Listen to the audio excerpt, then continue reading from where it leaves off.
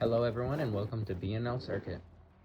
Today we are going over the very cheap and inexpensive N150 systems, seeing if they are able to run software on the server side and see if it is able to run. Today we are going to run a light Minecraft server, very low mod, 8 gigs, Wi-Fi channel, and 512 gig on an NVMe. This system altogether was a little bit over 350. Right now you could probably go in for about 400. Today we are going to see if it is worth your money or if we should just go on eBay and get another cheap system with a lookalike performance.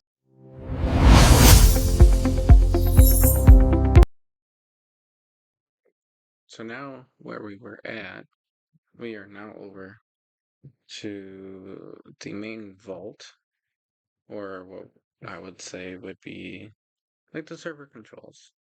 We are going through CastleOS, through the Crafty controller, and here's our server right here. This is where we're gonna start it up. This is again on that N150. You know, we'll give it some time to boot up. We'll see how long it takes. See if it's worth the wait.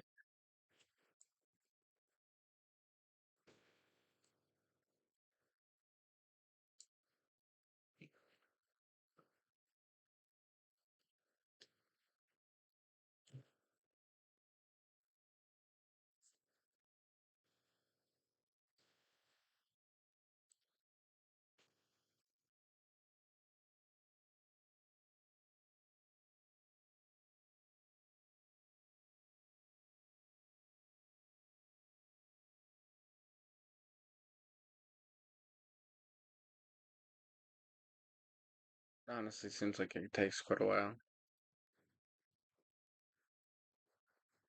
It took us 44 seconds. Now let's go ahead and go up to our Minecraft. There's the happy. Let's join.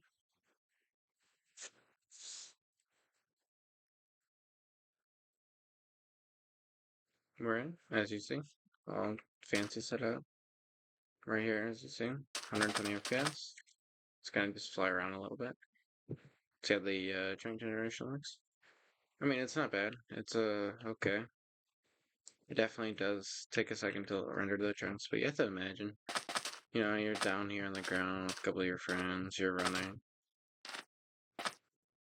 You should be okay. But, I mean, let's give it a couple seconds. It just turned on.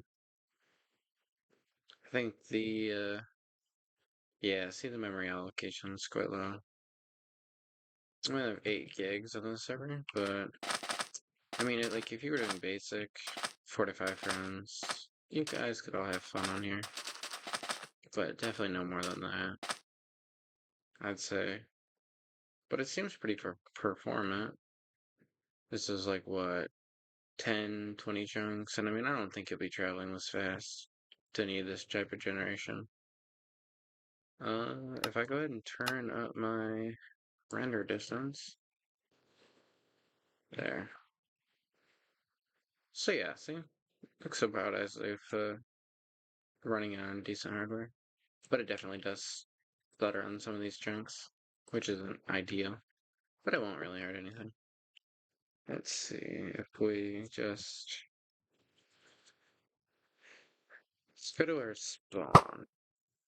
See, yep, spawn loaded in. Here's our beautiful spawn.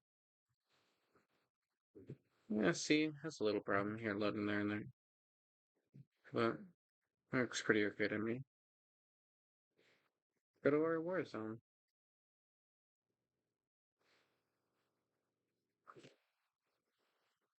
So yeah, give it a couple seconds, it all loads in.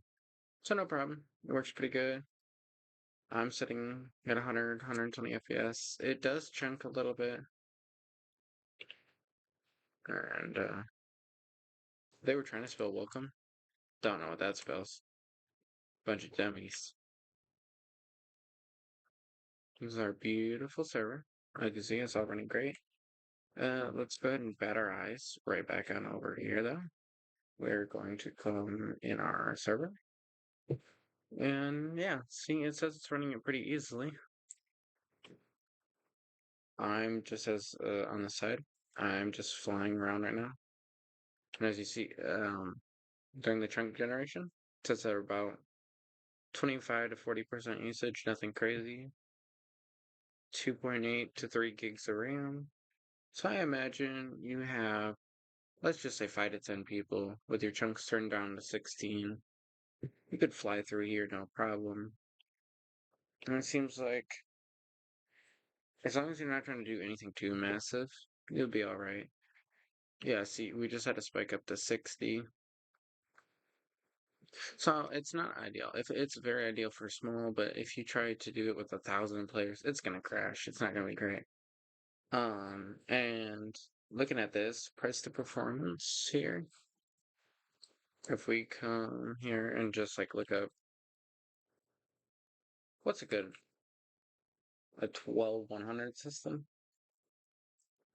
So $100. How much can we get a 12-100 system for?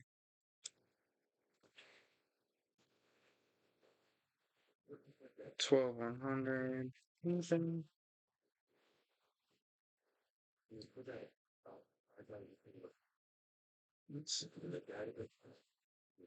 We get a 12-100 for, let's just say $80. You use the cheapest graphics card you find, probably about $10, plug it into a system. So you're up to $100 right there.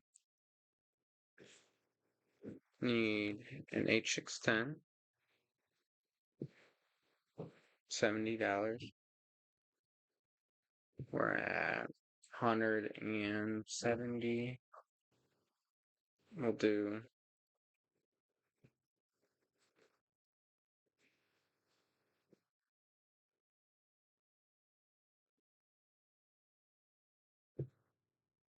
we'll go with $40. Yeah, that seems pretty okay. $40 for a half decent power supply. Sitting at 210, 220. Get a case. So yeah, for about 300, you can get a CPU that's four more threads, around the same base frequency, but a much higher turbo. Way more caching in the CPU. It will use a lot more power though. So if you're in a situation where you need to run a server with very low power draw, this is honestly kind of great. Because if we go over here to our OS, we are only pulling 2 watt. And at max, which I don't even think I can max this thing out if I try to,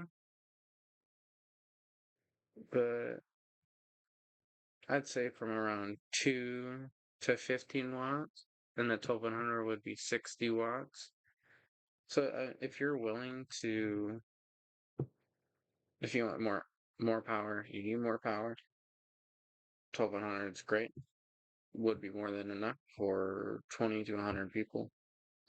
But if you need something small to run it well, just quietly, you go here. 4 core 4 thread 3.6, small cache.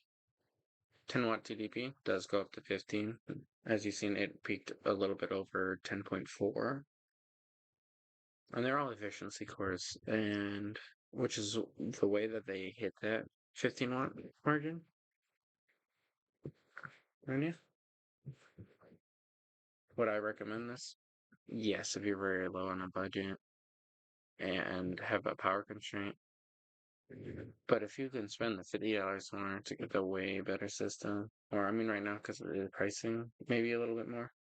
But yeah, no. If you can get away with having the extra power draw, yeah, you're good. Just take the 1200. Now that we're into it, though, let's go over some other things that this is able to do. You can host your own storage system.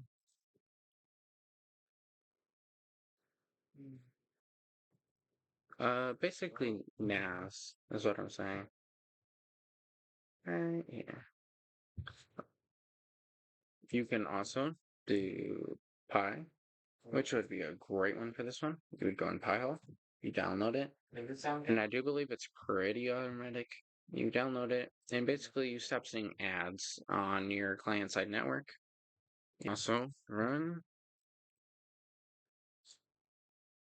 Jellyfin, Jellyfin normal, NVIDIA. If you have an NVIDIA GPU, this is fantastic. Transcoding is amazing. You can very easily upload your. You'll need Handbrake though to rip your CD files to it and have quite a bit of storage if you have a lot of movies. Anyway, so the basic one, it's basically just like your own media library. You're turning your media, your analog video into like your digital online. You can access it. So your home service right here, this N150 more than likely would not be able to run it. Maybe some like lower quality, but you would use this to put your movies on here. You would go in your living room and you can remotely access. You just pull up Jellyfin and you have all free movies that you never have to pay for. Great service. Should try it in your own home media system. Now, back to this AI like I was talking about. Okay, so we will be using LibreChat. Oh yeah, that's like normal. We're going to use Like, Google's if I had the money for it, I'll always do 3 it. Flash preview. Can I fill Yeah, let's just it? try. So what? Let's see a live version of Tetris. CPU RAM looking okay. Yeah, no, because I It's feel like stinking. subs just they just don't go bad. I feel like they're not like you can eat it like the next day. I think it's the taste almost I mean, look at that. that could be get me though. 1%. That's it. It does pull quite a lot of memory. We'll see. And it's all done.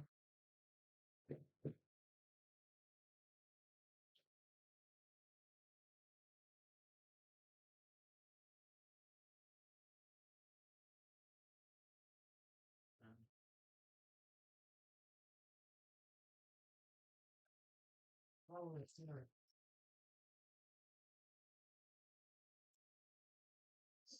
Bro, what? I'm so I bored mean, of this game.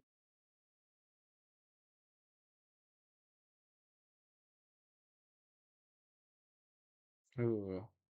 Here was a little bit harder of a prompt. Yeah, 1 second left. No shot. No shot. No shot. No shot. We can do 30 boards at one time now with Tetris. That's pretty crazy.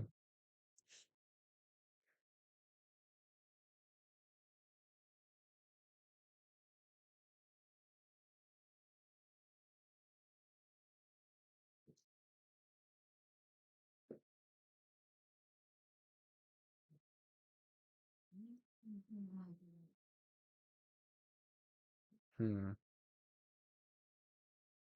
Again, I still just don't see that much usage. 400 megabytes, Yeah. 0.2% of the CPU. Yeah, no, see? Where? Almost no load. So yeah, you could run home AI, you could run your camera system, all that off the N150. It's way more than powerful. Anyways, so our overall decision here was that the N150 system was able to run Minecraft just fine, but it was a little bit sluggish.